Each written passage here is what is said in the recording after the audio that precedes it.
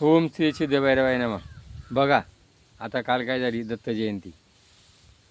आता दत्त आता दत्ताच्या जीवनामध्ये जर विचार केला तर बरंच रहस्य भरलेलं आहे. 33 कोटी देव आहे, त्याच्यात सगळ्यात उच्च मानलं गेलं काय दत्ताला. दत्तामध्ये काय सांगितलेलं आहे? त्यागवृत्ती, ब्रह्मचर्य आणि आयुर्वेद, जन्म, सांभाळ आणि मृत्यू, हे 3 गुणाचा अवतार म्हणजे दत्त. आता काही लोक म्हणतील बा दत्त म्हणजे काय, 3 तोंड 6 हात. तर 3 जन्म, मृत्यू आणि सांभाळ, बालपण, तारुणपण, म्हातारपण, गरीब, श्रीमंत, मध्यम. 6 हात काम, क्रोध, लोभ, मद, मत्सर, अहंकार, हे 6 विकार आहेत, ती त्यांनी सोडलेले आहेत. 3 तोंडाचा अर्थ काय आहे? 3 तोंड म्हणजे जन्म, मृत्यू, तर रजोगुण, तमोगुण, सत्वगुण, प्रत्येक गोष्टी 3 आहेत. या 3 गोष्टी आवरा. 6 विकार आहेत, हे 6 विकार आवरा. ब्रह्मचर्याचं पालन करा. आणि दत्ताने काय केलं? 24 गुरु केले. 24 गुरु कोणते केले? निसर्ग उपासना केली. दत्ताने काय केलं? पृथ्वीला गुरु केलं, चंद्राला गुरु केलं, पाण्याला गुरु केलं, हवेला गुरु केलं, अग्नीला गुरु केलं. आपल्या शरीरामध्ये काय आहे? पंचतत्व आहे आणि शरीर पंचतत्वाचं आहे. मग तुम्हाला जर आरोग्य पाहिजे असेल तर या पंचतत्वाचा विचार करा. काय?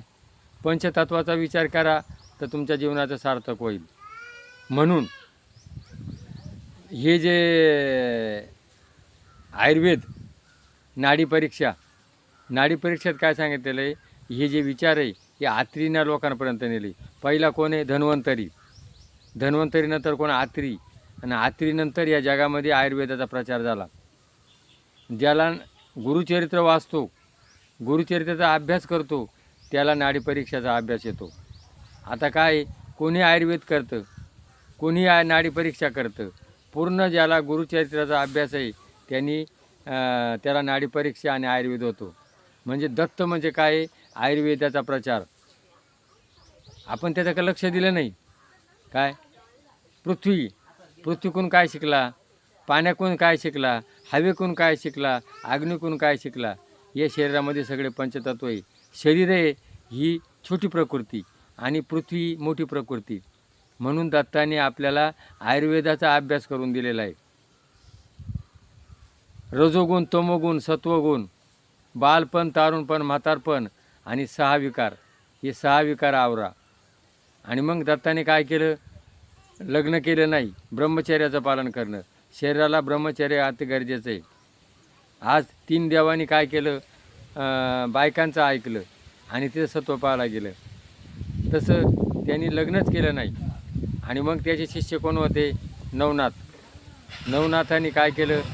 नवनाथांनी लग्न केलं नाही, त्याग, समाजाकरता जीवन जगलं. साबरी विद्या म्हणजे लोकांच्या कल्याणाकरता जे विचार. आज आपल्या लोकांचं घेणं नाही, आज आपलं आपण बघतो.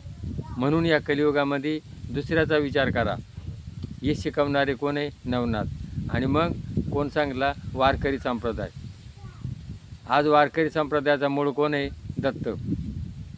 मच्छिंद्राने बोध गोरक्षाचे केला, गोरक्ष वळला गैनीपती, गैनी प्रसाद या निवृत्ती दातार, ज्ञानदेव सारच ओजविले.